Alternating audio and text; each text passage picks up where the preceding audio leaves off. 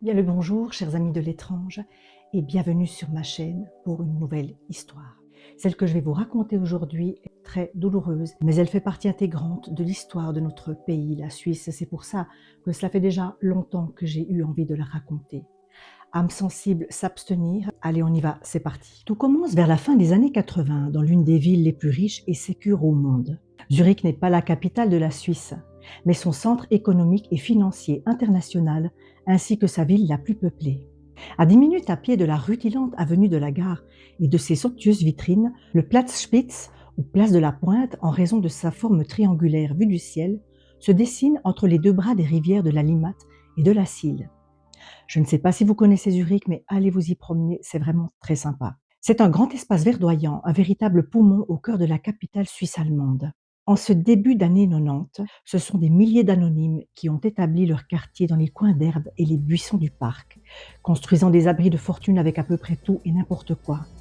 Ce ne sont pas des sans-abri ni des réfugiés, au sens où on l'entend habituellement. Les personnes qui ont élu domicile à la Platzspitz pour un temps sont en guerre.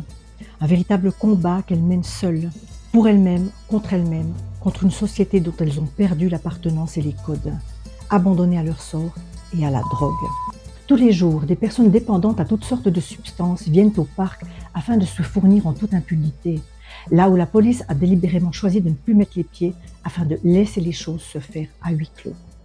Imaginez un peu, sous le regard des passants, en plein jour, des hommes et des femmes, parfois mineurs, pouvant atteindre certains jours le nombre de 3000 personnes, se shootent et s'échangent de la drogue sur des stands de vente improvisés avec des caisses volées à la gare centrale toute proche. Parfois aussi, on s'y prostitue, de jour comme de nuit.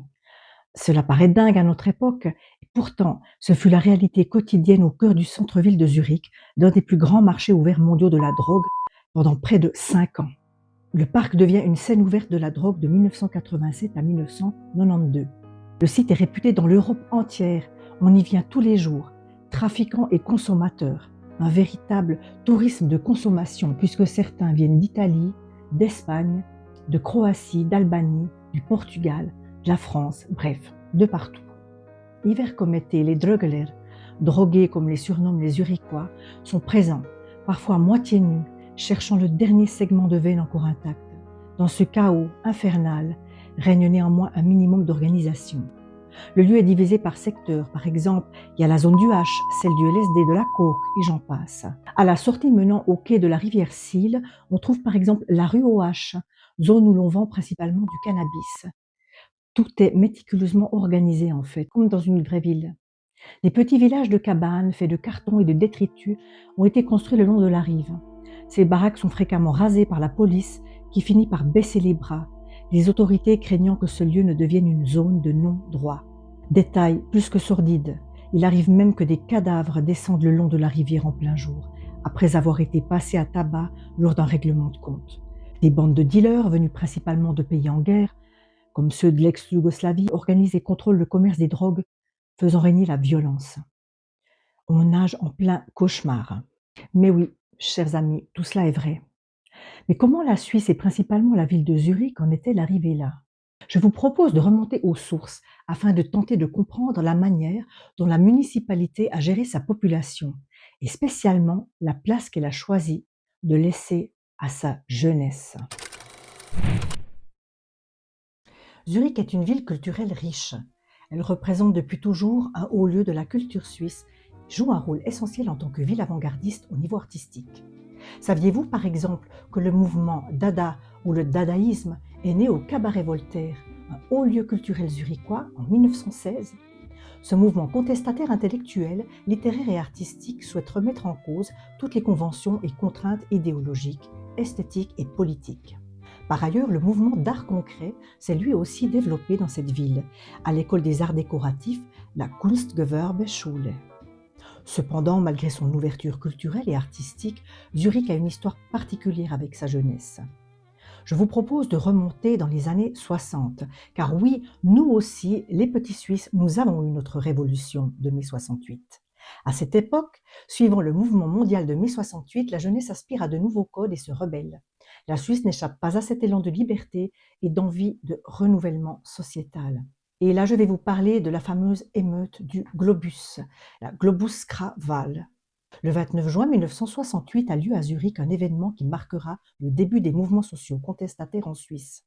Il s'agit d'un affrontement violent qui oppose la police et des jeunes qui manifestent afin de demander à pouvoir enfin occuper un entrepôt désaffecté des magasins Globus pour en faire un centre de jeunesse autonome. Cette demande leur ayant préalablement été refusée par les autorités de la ville, une manifestation a donc lieu 2 jours après, au cours de laquelle une violente confrontation occasionnera plusieurs blessés, tant au niveau des manifestants qu'au niveau de la police. Cet événement vient se glisser dans un contexte de répression. Effectivement, lors des concerts locaux des Rolling Stones en avril 1967 et de Jimi Hendrix en mai 1968, de violents affrontements avaient déjà eu lieu entre les jeunes et la police zurichoise. L'emploi de matraques par les forces de l'ordre aurait d'ailleurs fait dire à Jimi Hendrix lui-même, je cite, « c'est l'action policière la plus brutale que j'ai jamais vue après un concert ». Mais revenons à l'émeute du Globus où des manifestants sont interpellés et enfermés dans la cave du dépôt Globus. Ils seront alors brutalement maltraités par les policiers, ce qui sera confirmé par le chef de la police de l'époque lui-même. Suite à cela, les avis de la presse sont très controversés. La droite bourgeoise applaudit la fermeté de la police, tandis que la gauche, et notamment le journal Le Blick, dénonce la violence des forces de l'ordre. Politiquement, il en va de même. Les partis de droite, l'UDC, le Parti radical et le Parti chrétien-social soutiennent les actes des policiers, alors que le Parti socialiste et le Parti ouvrier populaire, le POP, considèrent leurs agissements comme une provocation à la violence. Je sais, ça fait beaucoup d'éléments politiques, mais cela est important pour comprendre toute la trajectoire dramatique du Platspitz. Les actes perpétrés dans la cave du Globus font l'objet d'une enquête. Un policier et la plupart des manifestants sont condamnés à des peines avec sursis. 30 autres policiers reçoivent un blâme. L'écrivain Max Frisch, personnalité publique engagée littérairement et politiquement, signe alors le Manifeste de Zurich, visant à interpeller les autorités zurichoises sur leurs responsabilités au sujet de l'émeute et de leur inaction face aux besoins d'adaptation de structures pour les minorités urbaines. Il est question dans le manifeste d'aménager un centre culturel de la jeunesse autonome. Et vous l'aurez compris, l'émeute de Zurich constitue un choc, un tournant dans l'opinion publique suisse et marque le début de grands changements politiques et sociaux en matière de revendication de la jeunesse, à Zurich, mais d'ailleurs aussi dans toute la Suisse, dès 1968. En octobre 1970, la ville de Zurich accède enfin à la demande des jeunes et leur octroie un local au Lindenhof Bunker. Ce centre fermera ses portes néanmoins 68 jours plus tard. 10 ans plus tard, en 1978, de nouvelles émeutes ont lieu afin que, enfin, la jeunesse zurichoise puisse bénéficier de son lieu de rassemblement à elle. On est presque en 1980. C'est là que commence le mouvement contestataire, les émeutes de l'opéra, aussi appelées Zürich brennt, Zurich brûle en français, ou l'été chaud zurichois. Ce mouvement s'inscrit dans celui plus large de la révolte des jeunes suisses des années 80. La demande des jeunes d'avoir leur propre centre autonome est restée lettre morte. Durant les années 70, ces derniers ont occupé plusieurs endroits de Zurich et ont été également expulsés plusieurs fois. Ceux qui disent que les Suisses n'ont jamais manifesté, En 1977, enfin, une demande est acceptée, celle de transformer l'usine rouge die Rote Fabrik en centre de loisirs. Cependant, le projet traîne, malgré l'engouement des jeunes et d'artistes qui se réunissent pour essayer de faire avancer les choses. Andreas Omoki, directeur d'opéra de l'époque, dénonce la situation explosive suivante.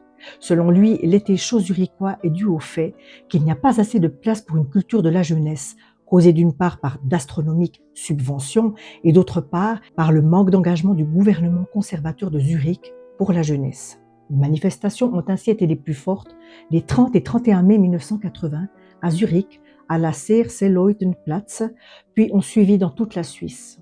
Suite à cela, un premier centre a été ouvert, l'AJZ, centre des jeunes de la gare principale de Zurich, ainsi que la fameuse Rote Fabrik, l'usine rouge, en tant que centre culturel alternatif au sud de la ville à la fin des années 80. À noter que l'usine rouge existe toujours et semble être l'un des plus importants centres culturels alternatifs de Zurich encore de nos jours. C'est au début des années 80 que commencent à se constituer les premiers lieux de vente et de consommation de drogue dans l'espace public zurichois. Ces zones sont restreintes et la police est en mesure d'y faire face et de procéder à l'évacuation relativement facilement. Un parallèle existe entre l'émergence de ces endroits et l'important mouvement contestataire de la jeunesse zurichoise, puisque, comme vu précédemment, des centres autonomes vont être créés et ceux-ci attireront également des personnes toxicomanes. Suite à la fermeture de certains centres pour jeunes, les personnes dépendantes vont alors se perdre un peu partout dans la ville. Et c'est ça qui va déboucher sur un rassemblement progressif au parc Platschpitz au début des années 80. C'est ici qu'apparaît dans l'histoire du Platschpitz une personne que beaucoup parmi vous doivent connaître. Ou en tout cas, vous en avez tous une fois entendu parler. Il s'agit de Christiane Vera Felcherinov, plus connue sous le pseudonyme de Christiane F. Oui, la jeune berlinoise a transité par Zurich dans les années 80 et elle aussi a fréquenté le parc maudit. Christiane F s'est rendue célèbre quelques années auparavant avec son livre Moi, Christiane F, 13 ans, droguée, prostituée. Je ne vais pas m'attarder sur ce livre qui raconte son adolescence berlinoise dans les détails, en tant que jeune fille dépendante à l'héroïne, son passage par la prostitution avant de réussir à plus ou moins s'en sortir. Il existe un film, si vous intéresse, qui est très bien fait avec la bande-son en plus de David Bowie. Je vous mettrai le descriptif, le lien dans la description de la vidéo. Dans son second livre, Christiane F., Mein zweites Leben, La vie malgré tout, paru en 2013, elle partage ses expériences de vie après le triste épisode de sa jeunesse berlinoise. Elle a notamment enregistré plusieurs chansons avec un groupe électro, voyagé aux États-Unis, rencontré David Bowie dans le cadre du film de 1981 dont je vous parlais juste avant, réalisé d'après son livre. Elle a vécu également quelques années en Grèce sous une tente en pleine nature avant d'avoir un enfant en 1996. Elle raconte également comment elle s'est retrouvée à vivre quelque temps à Zurich au moment où justement le Platschpitz battait son plein. Christiane arrive à Zurich au début des années 80 pour travailler dans la célèbre maison d'édition Diogenes qui appartient à des amis à elle. Voici ses premières impressions sur la ville de Zurich décrites dans son livre. À Zurich, on peut faire un super shopping. Pour le reste, c'est une jolie ville, mais assez ennuyeuse. Les gens sont gentils, mais plutôt snobs. Malheur à toi si tu fais signe à un taxi en mangeant un Bürli, un petit pain. Personne ne te prendra. Au bout de 3 semaines, je me sentais comme à Kaltenkirchen. Je me faisais chier à mourir, du moins dans la ville. Il n'y a rien à faire et à minuit, tout est fermé. C'est pas un portrait très joyeux, n'est-ce pas? Au départ, Christiane est clean. Elle est venue en Suisse pour quitter Berlin et l'univers de la drogue, pour suivre ses amis aussi. Elle est bien dans sa vie, elle veut un petit peu se réhabiliter. Elle travaille donc chez Diogenes, dans la maison d'édition. Elle est bien entourée par le couple d'éditeurs et elle a l'air stable. Lorsqu'elle découvre le parc Platschpitz, elle ne revient pas et se remet inexorablement à consommer. Dans son livre, elle raconte, je cite, « Dans toute ville, c'est à la gare que tu trouves les camés. Je n'ai pas eu de mal à trouver le parc Platschpitz, pas loin de la gare. Un truc inouï, je n'avais jamais vu ça. Dans le Platschpitz, tout se passait ouvertement, en plein milieu du parc. Il y avait un pavillon où des gens campaient toute l'année. Ils avaient monté des tables, posé des cuillères dessus et vendaient leur cam. J'ai de la brune, qui veut y rajouter de la blanche. Tout ça en suisse allemand, bien sûr. Je ne sais pas si c'est encore comme ça aujourd'hui, mais je décris mon souvenir tel que je l'ai conservé. Tu peux te servir en public, c'est aussi visible qu'un stand de saucisses. Les shoots se font sur place, des centaines de gens traînent là, sur le sol. Beaucoup d'entre eux ont le corps recouvert de plaies, d'autres ont l'air morts. Le sol est jonché de millions de seringues. On dirait une décharge. Faire tout ce que tu veux sans être poursuivi ou arrêté, ça ne m'était jamais arrivé. Christine quittera Zurich quelque temps plus tard pour retourner en Allemagne où elle vit encore aujourd'hui. Le Platschpitz est définitivement fermé le 5 février 1992. Ce jour, la police zurichoise procède à l'évacuation du parc. La zone est alors poussée, comme on dit chez nous. On essaie d'effacer toute trace de la misère humaine vécue en ce lieu. La scène de la drogue va alors logiquement se déplacer au Letten, gare désaffectée à proximité. Le commerce et la consommation ont toujours lieu en plein jour, ils ont juste changé d'endroit. Crimes, overdoses et misère crasse sont le lot quotidien de ce lieu. Les riverains manifesteront pour en réclamer la fermeture, ce qui se comprend tout à fait. Il arrive que les enfants doivent enjamber des seringues dans la rue en se rendant à l'école. La population est à bout. La Suisse commence à avoir honte. Le Letten, dernière scène ouverte de la drogue, sera démantelé le 14 février 1995, soit pile 3 ans après le Platschpitz. Face à l'ampleur internationale du scandale du Platschpitz, surnommé Needleplatz, la place aux aiguilles et au traumatisme vécu par la population, l'État suisse décide enfin de mettre un plan d'action en marche afin de lutter contre la toxicomanie et ses multiples dérives. Ses conséquences les plus importantes ont été la diminution des décès dus à la consommation de drogue, la réduction de la criminalité, l'amélioration de la santé des personnes toxicodépendantes et la disparition des scènes ouvertes, du moins d'une telle ampleur. Les professionnels des addictions se disent majoritairement très satisfaits par cette politique qu'ils considèrent comme novatrice, efficace et progressiste. Ce concept de politique de la drogue repose sur 4 principaux leviers d'action. Le premier, la réduction des risques, distribution de seringues propres, ouverture de lieux d'accueil, de locaux à injection, etc. Deuxième, la prévention, informer des risques de la consommation dans les écoles, auprès des adolescents et dans la rue. Troisième, thérapie, faciliter l'accès aux soins aux personnes dépendantes, prise en charge médicale et psychologique, offre de possibilités de désintoxication. Et enfin, quatrièmement, évidemment, la répression, poursuivre pénalement les trafiquants, dealers, poser le cadre légal. Je vais vous parler à présent d'une grande dame qui a beaucoup fait de choses positives en Suisse. Née en 1940, elle est présidente de la Confédération en 1999. La dame de cœur réussit à faire accepter une nouvelle politique de la drogue plus humaine, incluant les principes de prévention, de thérapie, d'aide à la survie en plus de l'axe répressif. On lui doit un nouveau regard sur la toxicodépendance et ses victimes, notamment lorsqu'elle déclare, en regard au laisser-aller des autorités compétentes vis-à-vis du Platschpitz, que la dignité humaine est foulée aux pieds. Encore, il y avait urgence à trouver une solution et nous étions dans l'incapacité de faire face à une situation d'une telle ampleur. Il y avait donc une disponibilité à accepter des changements qui n'avaient pas été possibles avant. La ministre réussit à instaurer un dialogue entre les différents services, notamment les forces de l'ordre et les travailleurs sociaux, montrant une ouverture aux professionnels et multipliant les visites sur le terrain. C'est l'époque de l'apparition des premiers centres d'injection contrôlés dans les villes, où du matériel stérile est distribué. Nous sommes en 1995. Où en est-on 30 ans après? La consommation s'est en fait plus discrète, moins visible. Les autorités ont petit à petit délaissé le problème. Son modèle en politique de la drogue a inspiré plusieurs pays. Il semble bien fonctionner. Pourtant, on assiste ces dernières années à une recrudescence de consommation et de trafic, notamment de cannabis, de cocaïne et d'autres drogues de synthèse, ainsi qu'aux deals de rue en plein jour, dans des villes comme Genève, Lausanne, Yverdon, etc. Sommes-nous arrivés aux limites du système des 4 piliers? Et celui-ci est-il encore efficace de nos jours? La question reste en suspens. En 2020 sort l'adaptation en film du récit autobiographique de Michel Halbert, Platschpitz Baby, les enfants du Platschpitz en français. Ce film d'une intensité poignante raconte l'histoire d'une mère et de sa fille. Toutes deux vivent ensemble, mais le quotidien est pénible dû à la toxicomanie de la mère. Il donne un aperçu de ce à quoi a pu ressembler à l'époque le Platschpitz et la vie de nombreux enfants, témoins directs de la déchéance de leurs parents. Réalisé par Pierre Monard et porté par de formidables actrices et acteurs, ce film est selon moi une pépite, mais âme sensible ou hypersensible comme moi. Munissez-vous d'une cargaison de mouchoirs et tâchez de prendre du recul si vous le pouvez. Michel Halbert, turgovienne d'adoption, a réellement vécu le quotidien du parc dans les années 90, où elle partait en présence de son père à la recherche de sa mère lorsque celle-ci disparaissait plusieurs jours. Elle confie au magazine L'Illustré avoir vécu une enfance sans repère, étant elle-même la mère de sa propre mère. Elle dit aussi ne pas en vouloir à sa mère, qui a vécu une enfance extrêmement traumatisante. Elle a effectivement été enlevée à l'âge de 16 ans et ramenée à la maison par Interpol. Le film Taken, réalisé par Pierre Morel, sorti en 2008, est directement inspiré de son histoire. Vous pouvez aussi aller le voir. Je vous le conseille. Et je ne spoil pas plus. 34 ans après, le parc du Platschpitz est devenu un lieu de détente au cœur de Zurich.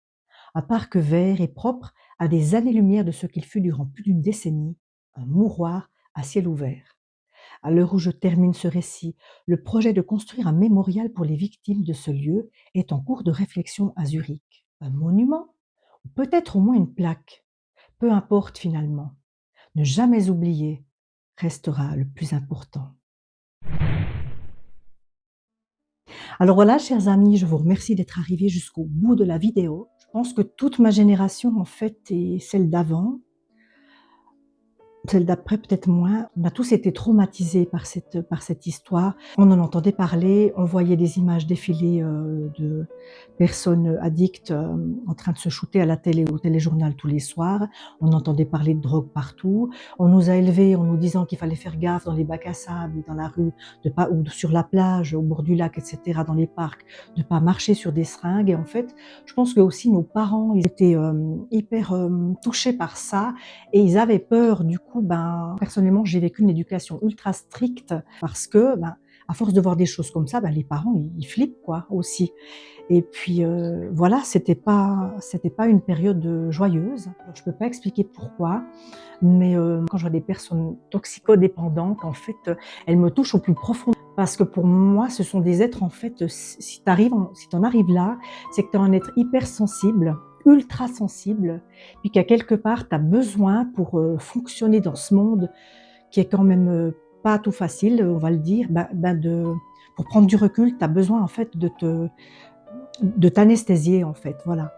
Donc j'ai toujours été hyper touchée par ces personnes, par ce qu'elles vivaient, par, leur déchéance et ça fait longtemps que j'ai préparé cette vidéo. Ça fait des années que j'ai ça dans la tête, qu'un jour je veux parler du Platschpitz parce qu'en fait on n'en parle plus beaucoup et je pense aussi qu'il y a une question de honte. Il y a une question où la Suisse a honte de cette triste image, cette triste parenthèse dans son histoire. Aussi faire cette vidéo et pour me replonger dans l'ambiance, eh bien je me suis replongée dans les musiques des années 90, début des années 90, notamment ici, eh ben, j'ai beaucoup écouté, réécouté cette pépite, Depeche Mode, Songs of Faith and Devotion, que toute ma génération doit connaître. Voilà, donc ça m'a bien aidée, je sais pas si vous voyez. Et puis Duran Duran, et puis, tout ce qu'on écoutait à cette époque, Cure, Siouxsie and the Banshees, voilà.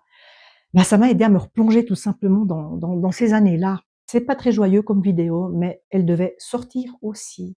N'oubliez pas, si cette histoire vous a touché, ému, intéressé, de mettre un petit like, d'y apposer aussi votre commentaire. Je les lis tous et c'est super intéressant toujours de voir un petit peu ce que vous partagez et surtout, surtout de vous abonner afin que je puisse continuer ce travail qui est le mien, d'aller ressasser les histoires perdues pour les remettre au goût du jour. À bientôt, chers amis de l'étrange. Je vous donne rendez-vous tout bientôt dans une nouvelle vidéo. En attendant, prenez bien soin de vous, c'est important.